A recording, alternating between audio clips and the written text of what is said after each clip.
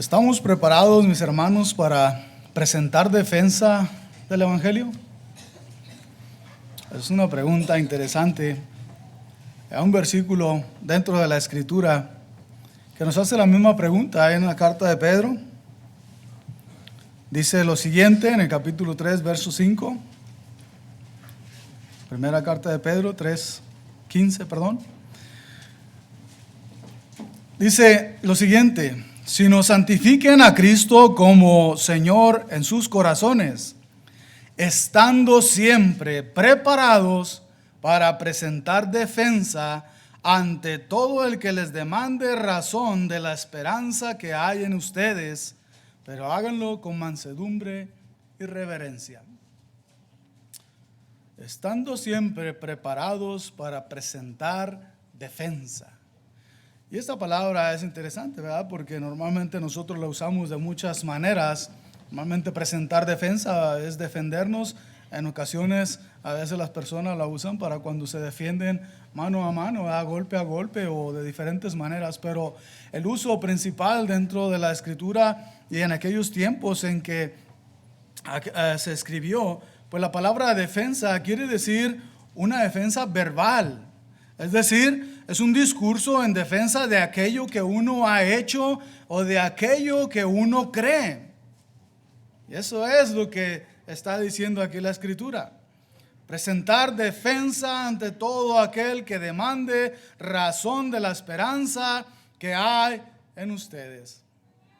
¿Estamos listos nosotros para eso? Para presentar defensa. El apóstol Pablo en varias ocasiones tuvo que presentar defensa ante muchos que lo cuestionaban. Ustedes recordarán, ¿verdad?, al apóstol Pablo, cómo es que él fue un hombre que de pronto fue rechazado por su pueblo debido al cambio que hizo él de su creencia. Y fue cuestionado por muchos. Y dice en Hechos capítulo 22, verso 1, ante aquellos israelitas o judíos, ¿verdad?, que estaban ante él cuestionándolo, les dice lo siguiente, Hechos 22, verso 1, hermanos y padres, escuchen mi defensa que ahora presento ante ustedes, decía Pablo. Él estaba listo, él estaba dispuesto, él traía la herramienta necesaria para poder presentarles a ellos sus argumentos, sus razones de por qué él ahora era un cristiano. Dice en Filipenses capítulo 1, verso 16, hablando precisamente del evangelio, de la predicación, hablar de él, dice, esto lo hacen por amor, sabiendo que he sido designado para la defensa del evangelio. Entonces Pablo entendía cuál era la razón por la cual Dios lo había llamado a su redil, porque él tenía que presentar defensa al evangelio, defenderlo de aquellos que se pondrían en contra de las enseñanzas que traían de Dios para el mundo. Y esto es precisamente lo que la Escritura nos dice en la carta de Pedro, capítulo 3, verso 15, que leíamos al principio, que como cristianos nosotros debemos de estar listos, debemos de estar preparados, para que cuando alguien nos pregunte, bueno, ¿y tú por qué eres cristiano?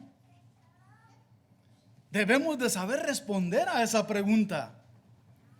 Hay personas que honestamente se acercan a nosotros para preguntarnos la razón del por qué creemos así, de por qué estamos haciendo esto que venimos a hacer cada domingo. Y merecen una respuesta, dice ahí, con mansedumbre y reverencia. Pero para eso tenemos que estar preparados. Tenemos que entender, hermanos, que como cristianos, para eso también fuimos llamados, ¿verdad? Para hablar de las cosas de Jesús. Dice el apóstol Pedro en su carta, en el capítulo 2, verso 9, ¿verdad? Dice que nosotros hemos sido llamados para ser sacerdotes, nación santa, pueblo adquirido por Dios, para anunciar las virtudes de aquel que nos llamó de las tinieblas a su luz admirable. Entonces, tenemos un trabajo que hacer. Y tenemos que estar listos, tenemos que estar preparados para nosotros presentar defensa del Evangelio.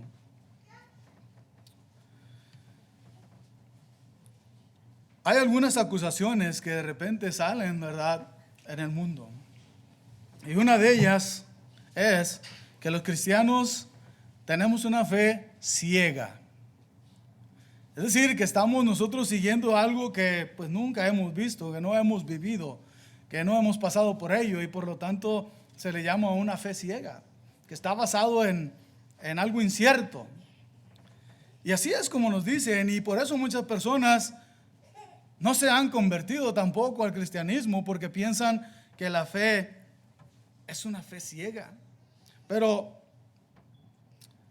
dentro de la Escritura, mis hermanos, nosotros podemos ver que para el cristiano no debe de ser así. No debe de tener una fe ciega. Para el cristiano debe de estar completamente convencido de lo que está haciendo. Dice el apóstol Pablo a Timoteo cuando le escribe ahí en la segunda carta, capítulo 1, verso 12. Dice lo siguiente. Segunda carta a Timoteo, capítulo 1, verso 12.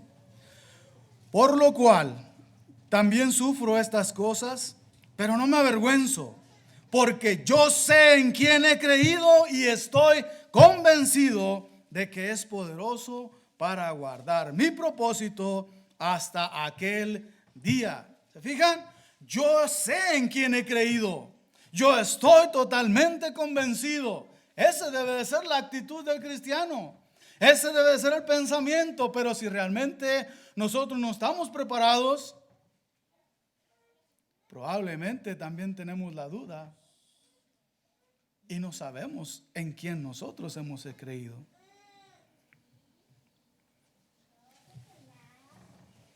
La fe del cristiano, mis hermanos, está basada en la evidencia. La fe del cristiano es razonable, pero aún va más allá de la razón, pero no choca con la razón. A veces la gente no la entiende y es entendible, pero no digamos solamente de las personas que están fuera o que no creen en Dios. Aún dentro de la misma iglesia, en ocasiones nosotros mismos nos equivocamos a veces en las interpretaciones que damos a la Escritura. Y usamos pasajes mal usados, mal aplicados en nuestras vidas. Y por lo tanto también las gentes piensan de esa manera de nosotros, que venimos siguiendo una fe ciega. Una fe que nomás vamos con los ojos tapados a ver dónde caemos, a ver si pasa, a ver si sucede. Normalmente usamos versículos como Hebreos capítulo 11, verso 1, que dice lo siguiente. Ahora bien, la fe es la certeza de lo que se espera, la convicción de lo que no se ve. Y lo mal explicamos porque hacemos pensar a las personas que nosotros creemos en algo que no conocemos, en algo que no hemos visto, en algo que no tenemos nosotros nada con qué probarlo. Pero no es lo que realmente está diciendo la Escritura en esos versículos. Otro, ¿verdad?, de los favoritos que hay para decir esto es segunda carta a los Corintios, capítulo 5, verso 7. Dice la Escritura: porque por fe andamos, no por vista. Pero el cristiano no debe de andar con una fe ciega. El cristiano no tiene una fe ciega. La fe del cristiano es una fe objetiva, que tiene algo contundente, que tiene información fuerte, poderosa, para poder dar la razón de lo que se está pensando y de lo que se está creyendo, que no está basado en sentimientos, que no está basado en posibilidades. No, está basado en información cierta. Y eso es algo que debemos de tener nosotros en nuestra mente, en nuestro corazón, para que cuando alguien nos pregunte ¿por qué somos cristianos?, pues sepamos contestar de la manera adecuada y podamos también así convencer a otros de lo que es nuestra fe. Hay que estar preparados, dice la Escritura, para presentar defensa a todo aquel que demande lo que tú crees. La fe del cristiano, mis hermanos, está basada en Cristo. El valor de ella, mis hermanos, está basada en aquel en quien el cristiano cree, en Cristo Jesús. Ahí está basada nuestra fe. Ese es nuestro fundamento principal. Es la principal roca, dice la iglesia. Jesús, mis hermanos, es un personaje en la vida del ser humano, el cual es el más reconocido de todos los personajes de la historia. Hay muchos personajes en la historia que han sido famosos dentro del mundo, pero ninguno de ellos se conoce más que el Señor Jesucristo. No nada más por la Biblia, sino aún en la historia secular, es decir, personas que no son cristianos, que han escrito acerca de la historia sucedida en la vida de Jesús, que concuerdan exactamente con los propósitos, con los fines, con los pensamientos, con las historias que nos cuenta la Escritura. Por eso Pablo dijo, yo sé en quién he creído. ¿Usted sabe en quién ha creído? Usted tiene esa plena confianza en sí mismo de decir, yo sé quién es Jesucristo, yo sé en quién he creído, yo sé en quién tengo cimentada mi fe. Es importante, hermanos, para todos nosotros, y debemos de confiar nosotros que tenemos las bases fundamentales, tenemos la herramienta necesaria para poder nosotros decir con el corazón completamente seguros, yo sé en quién he creído. Yo sé que cuando nos pregunten que por qué somos cristianos, no empecemos a titubear. Es que, no sé. No, tenemos que saber, y Dios nos ha dejado las herramientas esenciales.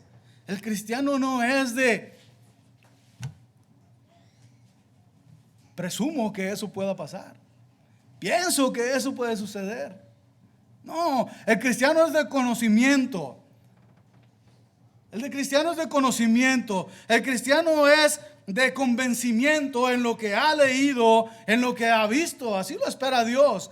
Dice ahí Juan capítulo 8, verso 32. Y conoceréis la verdad, y la verdad os hará libres. El cristiano tiene que tener conocimiento. Tiene que saber. Y eso le dará la libertad. Eso le dará el conocimiento, la fe, la convicción de lo que está creyendo. No podemos andar con una fe ciega. Fíjense, mis hermanos, la Escritura, mis hermanos, cuenta con un repertorio muy grande. Pero no nada más es grande, no nada más es poético, no nada más es buena historia, sino que está basada en personas que vivieron, en personas que pudieron palpar, en personas que estuvieron junto a Jesucristo. Y eso es algo importante. Algunos de ellos no solamente estuvieron junto a Jesús, sino que ellos recaudaron, ¿verdad?, la información de todos aquellos que lo hicieron, que estuvieron ahí. Por ejemplo, como Lucas, cuando escribe el Evangelio, él dice que recolecta la información de aquellos que lo vivieron, que estuvieron ahí como testigos acerca de Jesús. Segunda carta de Pedro, capítulo 1, verso 16, dice lo siguiente: porque cuando os dimos a conocer el poder y la venida de nuestro Señor Jesucristo, no seguimos fábulas ingeniosamente inventadas, sino que fuimos testigos oculares de su majestad. Los hermanos en aquellos tiempos conocían ciertamente la diferencia entre un mito, una leyenda y una realidad. En aquellos tiempos había muchos mitos acerca de deidades, pero sin embargo ellos podían diferenciarlo y saber que lo que ellos estaban hablando no era un mito, no era una leyenda, no era un cuento inventado por los padres. Era una realidad vivida en carne y hueso. Esto nosotros lo vivimos, fuimos testigos oculares. Nuestros propios ojos lo vieron. Hermanos, es una fuente confiable la que nosotros tenemos en nuestras manos. Un escritor, Osborne se llama, escribió algo, ¿verdad?, respecto a comparaciones que se hacen entre algunas religiones, ¿verdad?, y el cristianismo. Dice ahí, ¿verdad?, que estudió tanto la Biblia como los sastras, ¿verdad?, unos libros escritos por los hindúes. Y hubo dos temas bíblicos que le llamaron mucho a él la atención, que fueron la encarnación y también la expiación por el pecado humano. Este hombre procuró armonizar estas dos doctrinas, estas dos enseñanzas, ¿verdad?, del cristianismo con la de los hindúes. Y pues encontró un paralelo entre ambas, ¿verdad? Encontró que el sacrificio de Cristo Jesús es muy semejante a lo que se escribe acerca de Prajapati. Es un dios hindú que viene siendo el dios creador de los Vedas. Bueno, hubo algo similar que él encontró entre ambos, pero también él pudo notar él pudo notar una diferencia vital en ese estudio que él tuvo. Y fue que ese Prajapati de los Vedas es un dios que ni siquiera se sabe exactamente qué deidad es, porque ha sido atribuido a diferentes figuras que ellos tienen. No hay una certidumbre de quién es realmente, cómo salió, cómo surgió. Sin embargo, lo que viene en la Escritura hacia Cristo Jesús, esto apunta a una historia real, una historia verdadera, un hombre de carne y hueso que fue conocido por hombres que escribieron y dejaron ahí el conocimiento para nosotros en nuestros tiempos. No está basado en suposiciones. Es algo que ellos vivieron, es algo que ellos vieron, es algo que ellos palparon. Dice ahí a primera carta de Juan, capítulo 1, verso 1. Primera carta de Juan, capítulo 1, verso 1. Lo que existía desde el principio, lo que hemos oído, lo que hemos visto con nuestros ojos, lo que hemos contemplado y lo que han palpado nuestras manos acerca de Jesucristo, acerca del verbo de vida. Pues la vida fue manifestada. Jesucristo fue manifestado y nosotros la hemos visto y damos testimonio y os anunciamos la vida eterna, la cual estaba con el Padre y se manifestó. Lo que hemos visto y oído, os proclamamos también a vosotros, para que también vosotros tengáis comunión con nosotros. Y en verdad nuestra comunión es con el Padre y con su Hijo Jesucristo. Lucas capítulo 1 escribe lo siguiente. Lucas capítulo 1 verso 1 en adelante dice: por cuanto muchos han tratado de compilar una historia de las cosas que entre nosotros son muy ciertas. Así lo dijo también Juan, ¿verdad? Es que son cosas que nosotros vimos, son cosas que nosotros pudimos palpar.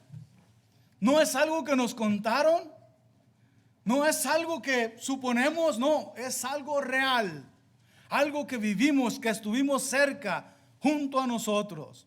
Y de eso les hablamos. Igual, dice ahí Lucas, de esas cosas ciertísimas, muchos han tratado de buscar información. Dice, bueno, tal como nos las han transmitido los que desde el principio fueron testigos oculares. ¿Se fijan? No dice, pues allá nuestros padres lo escucharon y por eso nos lo han venido transmitiendo a todos nosotros. No, Señor. Fueron cosas que nos transmitieron personas que lo vivieron, personas que estuvieron ahí, personas que pudieron palparlo, que pudieron saludarlo. Son las personas que nos lo han contado, son las personas que lo han dejado escrito. No son simples cuentos, leyendas o suposiciones. Son cosas reales que se han dejado como testimonio de aquellas personas que lo vivieron. Dice verso 3, también a mí me ha parecido conveniente, después de haberlo investigado con toda diligencia desde el principio, escribírselas ordenadamente, excelentísimo Teófilo. Se dio la tarea a Lucas de investigar profundamente todo aquello que había de esa historia de Jesús. Juntar toda la información, pero no de cualquiera, sino de aquellas personas que lo habían vivido, que habían estado ahí para verlo, para tocarlo. Y toda esa información la puso en el libro de Lucas, en el Evangelio según Lucas, para que nosotros pudiéramos tener la información completa de quién es Jesucristo y por qué tenemos que creer en Jesucristo. También si vamos ahí en Juan capítulo 20, verso 30 y 31, versículos muy conocidos, dice lo siguiente el apóstol Juan, Evangelio según Juan capítulo 20, verso 30 y 31. Dice, muchas otras señales hizo también Jesús en presencia de sus discípulos, que no están escritas en nuestros libros, pero estas se han escrito para que creáis que Jesucristo es el Hijo de Dios, y para que al creer tengáis vida en su nombre. Es decir, dice el apóstol Juan, tenemos una fuente confiable a través de la cual nosotros podemos llegar a creer en la deidad de Jesucristo. Y ahí está, ahí la tenemos, y podemos nosotros leerla. Y podemos nosotros compararla con la historia secular y comprobar que realmente Jesús es el Hijo de Dios. Es triste, mis hermanos, ver cómo millones de personas niegan la existencia de Cristo porque para ellos no hay evidencias claras de su existencia, no hay evidencias claras de la existencia del cielo, no hay evidencias claras de lo que se cree en el cristianismo, pero sin embargo creen en la teoría de la evolución. Desde que yo estaba pequeño, cuando iba a la primaria, nos enseñaban acerca de la teoría de la evolución. ¿Qué quiere decir teoría? Una teoría es algo que todavía no ha sido comprobado. Es un pensamiento simplemente basado en alguien que pensó que de esa manera pudiera haber sido. Ahorita tengo 50 años y todavía sigue siendo una teoría. Todavía es una teoría. No se ha podido comprobar nada de lo que se dice. No han podido tener evidencias claras que les enseñan a ellos que lo que piensan es una realidad. Y sin embargo lo creen. Es algo curioso. Es algo curioso. Pero ahora, tratando de hablarles con evidencias claras que nos deja la Escritura, pues es algo que no se puede entender. ¿Cómo es que si están las evidencias y se pueden comprobar, aún así se muestran cerrados a creer en Dios y simplemente lo rechazan? ¿No le ha pasado así? Que usted le puede decir a una persona, bueno, si yo te compruebo que realmente Jesucristo existe, ¿tú estarías dispuesto a hacerte cristiano? No. Entonces el problema no es de lo que hay escrito, de la creencia que estamos siguiendo, sino más bien el problema es del corazón de aquella persona. Un corazón que no está dispuesto realmente a escuchar razones. Un corazón que está cauterizado, cerrado a los pensamientos, a sus creencias y a sus prejuicios.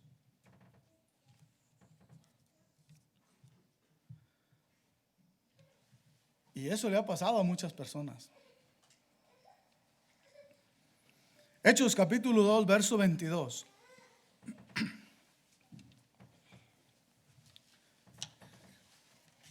Los apóstoles, cuando estaban presentando defensa del evangelio, mis hermanos, no simplemente usaron cosas que las personas no conocieran, que las personas no sabían, que no hubiera información de aquello que ellos estaban enseñando. Ellos, cuando hablaron con las personas, usaron siempre información conocida por las personas que los escuchaban. Dice ahí, Hechos capítulo 2, verso 22, varones israelitas, escuchad estas palabras. Jesús el Nazareno, varón confirmado por Dios entre vosotros con milagros, prodigios y señales que Dios hizo en medio de vosotros, a través de él. Que Dios hizo en medio vuestro a través de él, tal como vosotros mismos sabéis. No es algo que ignoraban. Algunos de ellos habían visto los milagros de Jesús. Los habían vivido. Ahí estuvieron.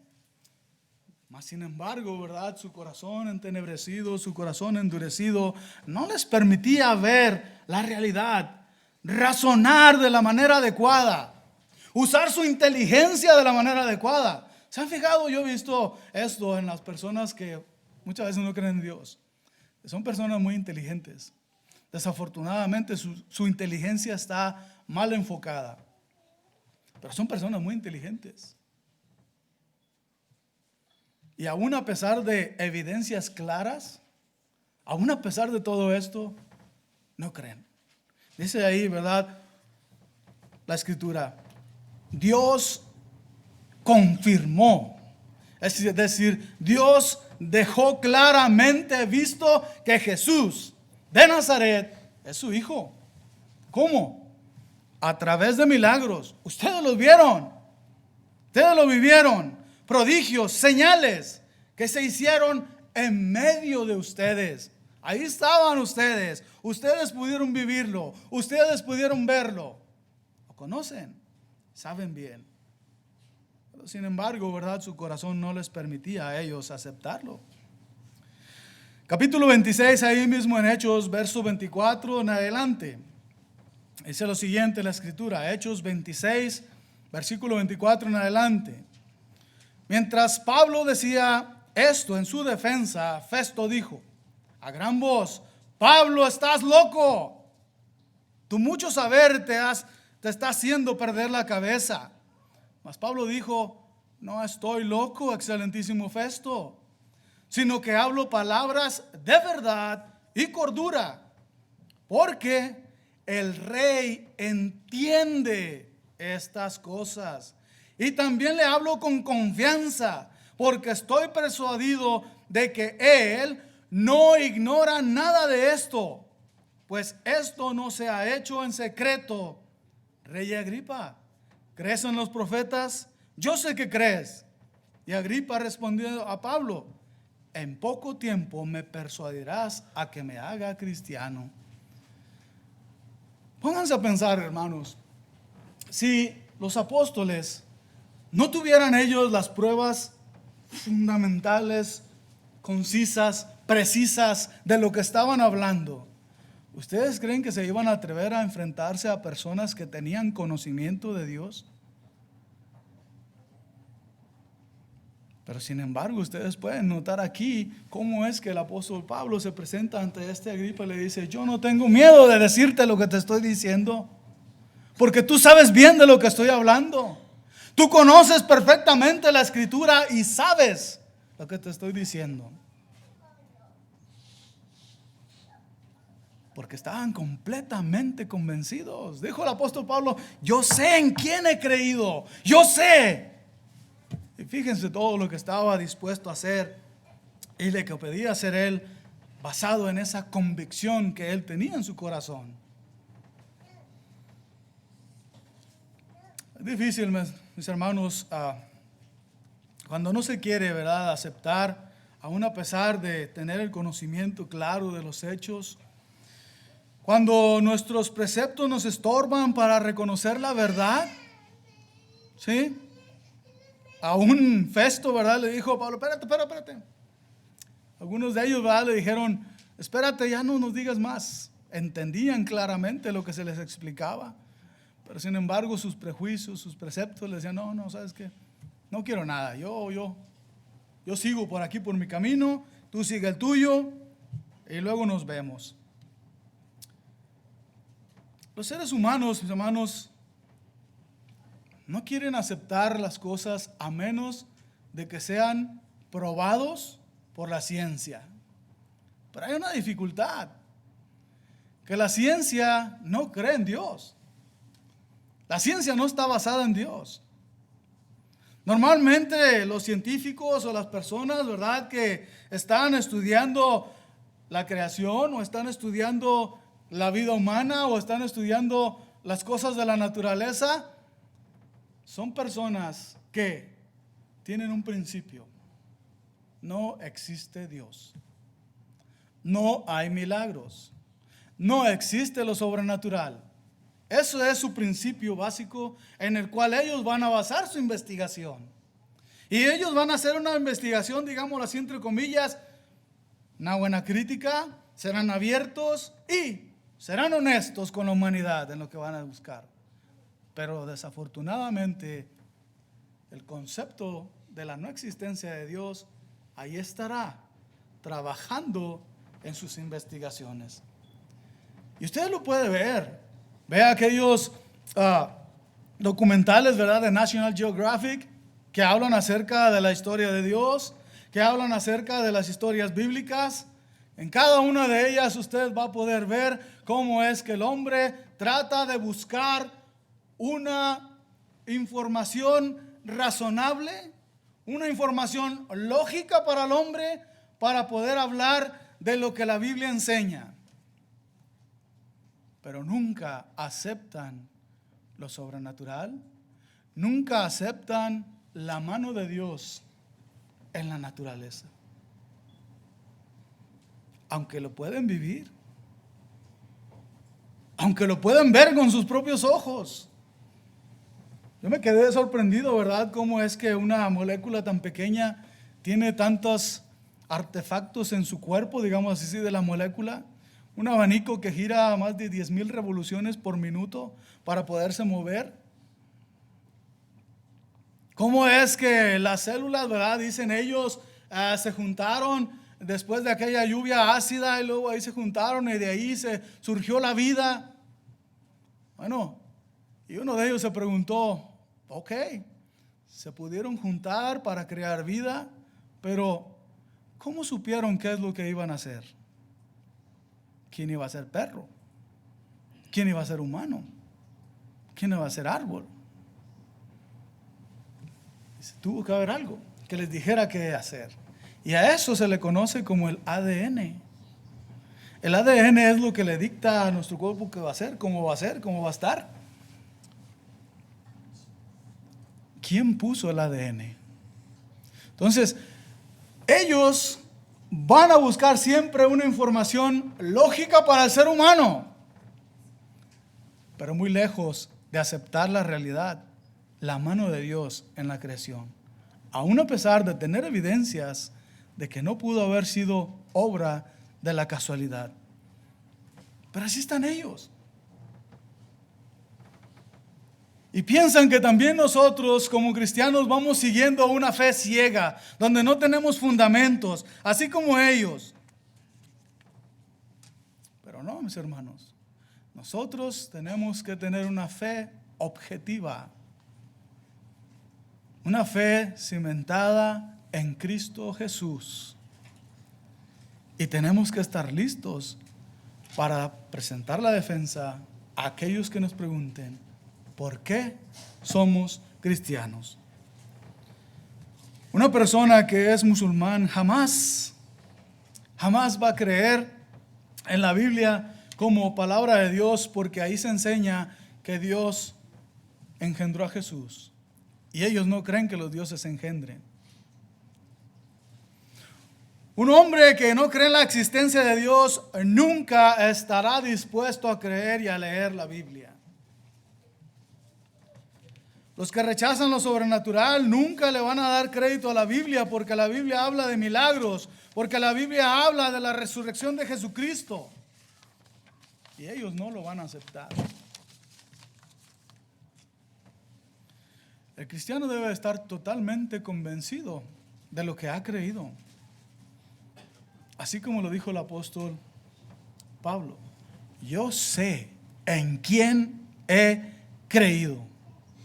Y quiero cerrar esta lección con unos versículos en la segunda carta a los Tesalonicenses, capítulo 1, verso 5. Segunda carta a los Tesalonicenses, capítulo 1, verso 5 en adelante.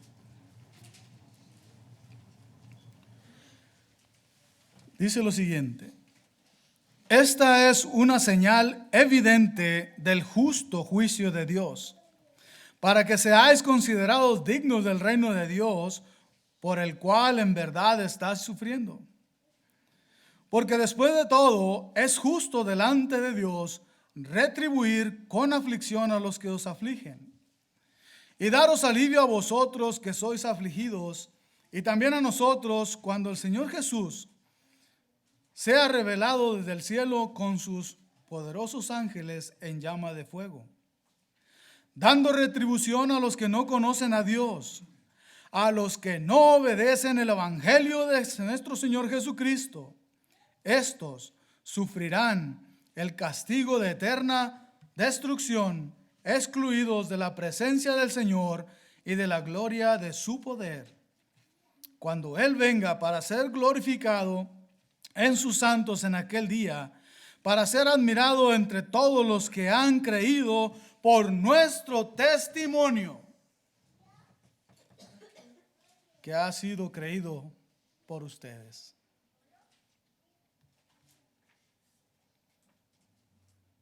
Dijo el apóstol Pablo, yo sé en quién he creído. Nuestro amigo, ¿usted ya creyó en el evangelio? Que hay una advertencia muy clara dentro de este versículo. Si no creemos y obedecemos el evangelio, vamos a sufrir pena de eterna perdición. Y déjeme usted decirle, estas palabras vienen de ese hombre que habla la historia, Jesucristo de Nazaret. De ese hombre que narran los hombres que escribieron la escritura, que pudieron verlo, pudieron palparlo y dan testimonio de sus palabras. Que lo que él dice es verdad. Que si no hacemos cambios en nuestras vidas, vamos a pagar las consecuencias. Le invitamos a que usted venga en esta mañana a los brazos del Señor. Si usted cree en Jesucristo como el Hijo de Dios, cree en Jesucristo como el Salvador del mundo, aquí hay agua. Aquí tenemos todo lo necesario para que usted pueda ser bautizado y venga al reino de Cristo Jesús y forme parte de los que van rumbo a la salvación. Nuestro hermano tiene un himno de invitación. Voy a pedir